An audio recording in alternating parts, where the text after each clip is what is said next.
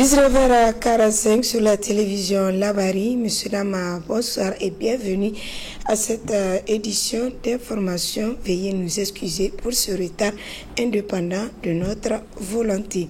Cela dit, clôture ce matin à l'hémicycle de l'Assemblée nationale de la première session ordinaire du Conseil consultatif de la refondation au titre de l'année 2025. Une cérémonie marquant la fin de 2 semaines d'intenses travaux qui a été rehaussée par la présence de nombreux invités. Le résumé avec Adam Ousmana et Sadou Doumi. L'hémicycle de la représentation nationale reçoit ainsi un parterre d'invités de marque au rang desquels des membres du Conseil national pour la sauvegarde de la patrie, du gouvernement ainsi que des représentants de corps et missions diplomatiques accrédités au Niger. Un beau monde venu magnifier de sa présence la fin des travaux de la toute première session ordinaire du Conseil consultatif de la refondation. Dans son discours à cette occasion, le président de cette institution s'est longuement apaisanti sur le travail abattu par les conseillers durant 2 semaines. Comme il est de tradition, à l'entame de toute première session, les conseillers ont procédé à l'examen et à l'adoption du projet de règlement intérieur, projet que nous avons adopté à l'unanimité après de longs et fructueux débats. Ce projet sera soumis pour approbation au ministre chargé de l'Intérieur conformément à l'article 17 de l'ordonnance 2025-07 du 18 avril 2025 portant mission, composition et modalités de fonctionnement du Conseil consultatif de la refondation. Mesdames et messieurs, chers conseillers, représentants de la nation que nous sommes, nous avons entrepris d'écouter et de questionner les responsables de plusieurs structures de l'État sur des sujets et préoccupations de l'heure. Il s'agit notamment du Centre national d'études stratégiques et de la sécurité, le CNES, du Comité national d'opérationnalisation de la Confédération de l'Alliance des États du Sahel, AES, des forces de défense et de sécurité, FDS, par le biais du chef d'état-major de l'armée de terre, de l'Université Abdou Moumouni de Niamey, du Haut Commissariat à la modernisation de l'État, des témoignages des chefs traditionnels vivant dans les zones d'insécurité et du Fonds de solidarité pour la sauvegarde de la patrie, FSSP. Au président Mahmoud Harouna Djingare d'entretenir l'assistance sur les préoccupations urgentes pour les futures sessions du Conseil consultatif de la refondation. Il s'agit notamment, premièrement, de la question de la sécurité nationale et de la cohésion sociale. Je voudrais ici féliciter vivement nos braves forces de défense et de sécurité pour leur courage, leur professionnalisme, leur bravoure, démontrée encore une fois tout récemment par la destruction des bases des groupes armés terroristes dans les Lutako. Deuxièmement, de la justice sociale et des droits de l'homme. Troisièmement, de la question du foncier qui défait la chronique actuellement.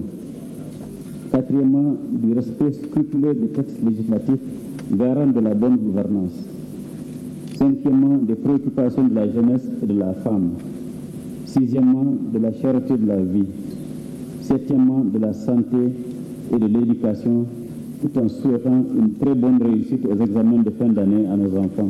Des préoccupations les unes plus importantes que les autres visant l'amélioration des conditions de vie de la population nigérienne dans une AES de paix et souveraine dans laquelle les conseillers du Conseil consultatif de la refondation entendent jouer pleinement leur partition. Restons toujours à la représentation nationale pour voir cette fois-ci comment la plupart des membres du Conseil consultatif de la refondation ont vécu cette première session ordinaire. Retrouvons Adam Ousmana et Sardoumi pour le reportage. Ils sont tous présents à cette cérémonie solennelle. Ce sont les 194 membres du Conseil consultatif de la refondation. Les conseillers qui, pour la plupart, font leur première expérience à travers cet exercice qu'a constitué la première session ordinaire de leur institution. C'est vraiment une expérience au cours de laquelle j'ai tiré beaucoup de profit. il y a d'abord la courtoisie et il y a maintenant le deuxième aspect qui est la refondation. Cela a fait que beaucoup ont compris exactement c'est quoi leur rôle. Parce qu'il ne faut pas tout simplement venir à l'Assemblée et penser que c'est l'autre législature. Non. Ma première impression est que ce conseil consultatif pour la refondation est un vrai conseil. C'est des citoyens vraiment importants qu'on a réunis dans cette salle. Chacun a une responsabilité dans son milieu. Chacun est important déjà dans son milieu. Chacun apporte son édifice à la construction de son milieu et du pays. Ils ne sont pas là par hasard. Ce n'est pas comme les premières législatures où c'est la politique qui vous amène. Ici, les gens ont été choisis par leur propre communauté, par leur propre milieu, en fonction de leur expérience, en fonction de leur culture, en fonction de leur engagement personnel à aider ce pays. Donc vraiment, pour moi, ça a été une expérience extraordinaire, dans la mesure où, pour moi, c'est la première fois. Mais vraiment, les débats, les échanges que j'ai entendus, ça m'a beaucoup surpris, ça m'a beaucoup fait évoluer dans le bon sens. Et surtout, j'avais pour preuve le fait que les absentéismes étaient quasi nuls. Alors que tout le monde a des responsabilités par jour. Les gens, ils étaient là du matin jusqu'au soir, rien que pour ce pays-là. Occasion également pour l'un de ses conseillers de lancer un appel à l'endroit des concitoyens. Pour ceux qui écoutent des histoires, des ragots contre ce conseiller-là, vraiment il faut qu'il leur rende justice. Il faut venir à l'Assemblée. Il y a une salle pour la population, pour le peuple, pour venir écouter de toi-même les échanges. Ce n'est pas du jeu. C'est très important pour ce pays, ce qu'on est en train de faire ici. On parle de la sécurité, on parle de l'éducation, on parle de l'économie, on parle vraiment de la refondation, de la souveraineté de ce pays-là. Tout le monde est engagé pour que ce pays-là soit rebâti sur de nouvelles bases. Donc vraiment, moi je conseille aux Nigériens de soutenir ce conseil-là. Il sera difficile d'en avoir un deuxième comme ça. Au vu de cette première expérience qui s'est déroulée à la satisfaction des uns et des autres, ainsi que la composition de ce conseil consultatif de la refondation, regroupant plusieurs compétences, on peut sans risque de se tromper et dire que cette institution sera à la hauteur des attentes du peuple nigérien.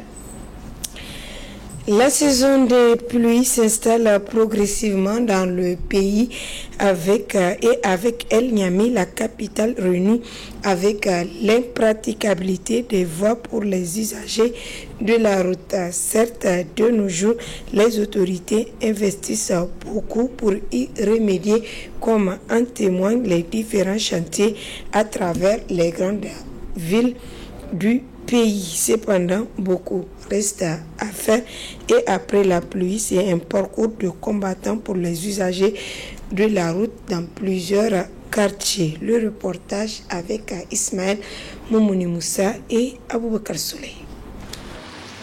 Installation progressive de la saison de pluie à Niamey.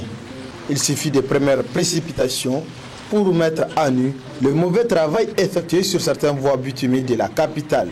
L'impraticabilité de certaines voies compte tenu du nid de poule, on peut même qualifier de nid d'autruche.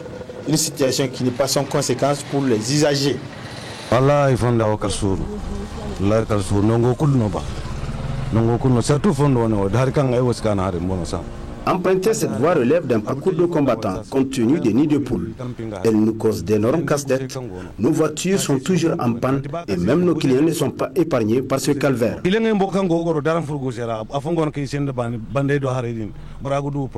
Vraiment, on a des problèmes. On a tous les problèmes. Tant que le flux vient là, on a des problèmes. Et c'est tous les voies de Hamamadou vers Kalao là. Il y a vraiment chaque fois, tant que de l'eau vient là, on a tendance de fatiguer beaucoup parce que la route très gargazée. C'est pas bon parce qu'il y a des fois là, on va rentrer, il y a l'eau qui vient, on rentre, on va dépasser un autre ami ou bien quelqu'un qui attend de passer. Chaque fois, les gens n'est pas très contents quoi. C'est pas bon. Ces derniers invitent les autorités de la ville de Niamey d'y remédier à ce problème. Allah yin borey imugona de yidi aikara talkego tabi fondo sino kore ngono kande har kan kunero woskoy En cette saison, il y a des quartiers dans lesquels on ne rentre pas, vu l'impraticabilité des voies. De ce fait, on demande aux responsables de la ville de Niamey de nous trouver une solution à ce problème.